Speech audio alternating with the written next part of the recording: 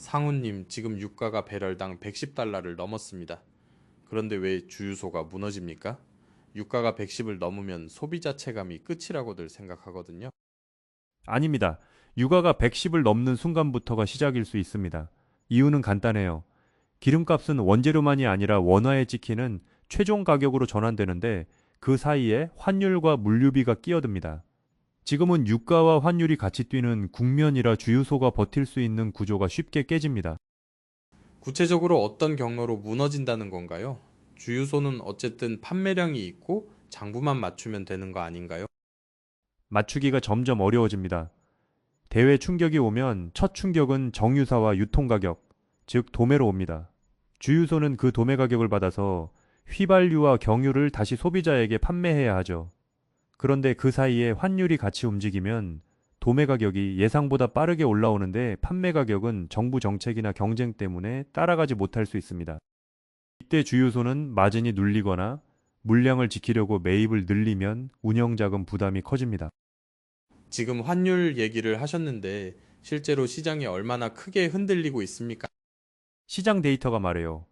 원달러 환율이 1,500원을 넘어선 것도 충격인데 달러 대비 원화 환율이 1,510원대로 올라섰다는 보도가 나왔습니다. 특히 최근 달러원은 2009년 3월 이후 17년 만에 가장 높은 수준으로 거론됩니다. 유가가 오르면 달러, 수요가 늘어서 환율이 오르고 환율이 오르면 다시 수입 원가가 올라갑니다. 이게 한 번만 도는 게 아니라 반복될 수 있어요. 그런데 과거에도 고환율 국면이 있었잖아요. 환율 1,500원이 빅피겨처럼 보였던 시기, 그때도 결국 진정됐습니다. 그럼 이번에도 예전처럼 꺾이면 주유소도 숨통이 트는 거 아닌가요? 예전과 같은 방식으로 진정될 수는 있지만 속도와 지속성이 다를 가능성이 큽니다. 1,500원 위로 올라선 경험은 1997년, 2008에서 2009년, 그리고 이번이란 사태까지 단 3번뿐입니다. 중요한 건 그 이후의 궤적이었어요.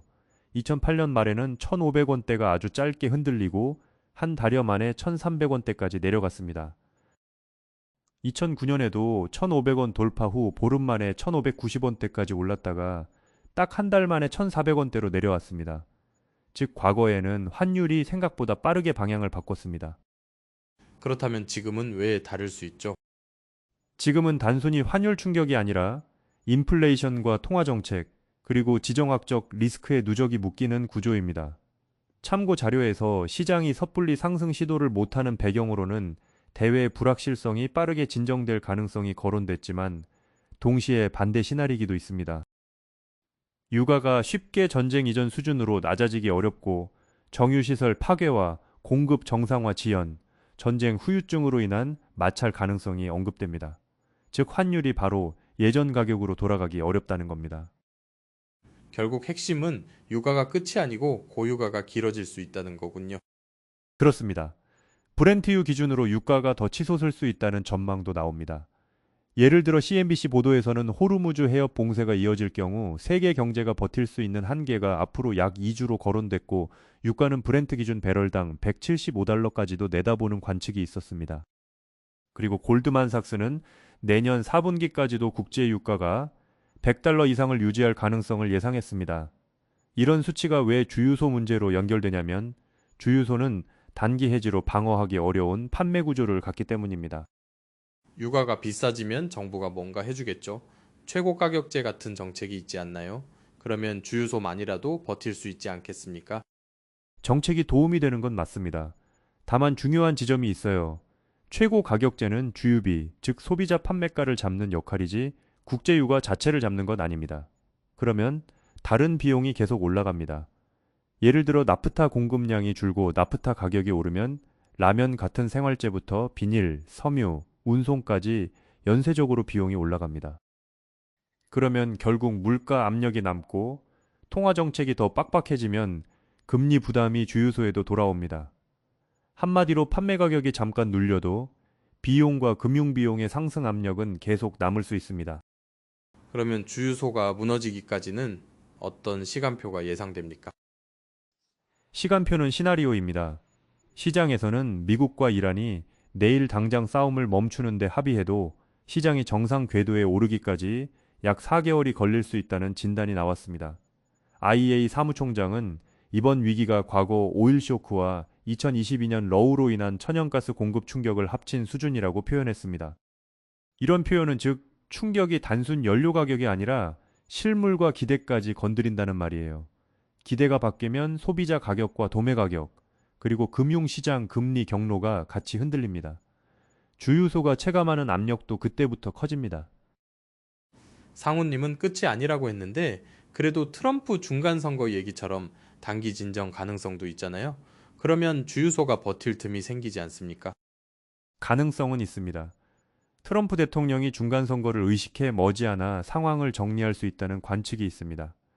인플레이션이 표심에 영향을 줄 수 있기 때문이라는 논리죠. 이 경우 달러원 환율이 1,500원대에서 내려와 하향 안정화 경로를 걸 가능성이 큽니다. 다만 반대로 이란 사태가 예상보다 길어지면 유가 상승이 쉽게 진정되지 않을 수 있다는 우려도 나옵니다.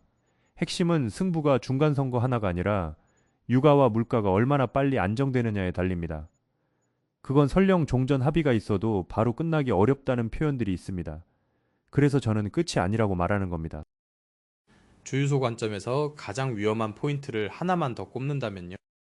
유가와 환율이 같이 오르는 순간입니다. 환율이 고착되면 도매 매입 비용이 구조적으로 비싸집니다. 외국계 은행 외환딜러의 코멘트도 비슷한 결을 갖고 있습니다.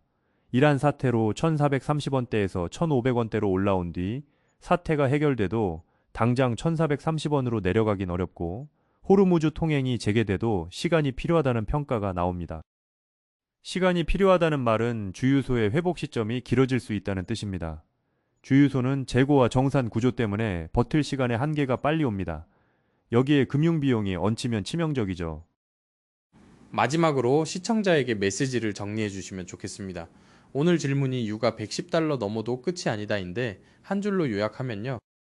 유가 110달러는 끝이 아니라 환율과 물가, 정책과 금융비용으로 번지는 시작점일 수 있습니다. 그래서 주유소는 판매 가격만 보는 게 아니라 비용과 정산, 그리고 금리 경로까지 같이 무너질 위험을 봐야 합니다. 네, 오늘 말씀은 주유소 문제를 단순 가격 불안이 아니라 거시와 연결된 구조로 봐야 한다는 겁니다. 시청자분들로 본인의 의견을 댓글로 남겨주세요.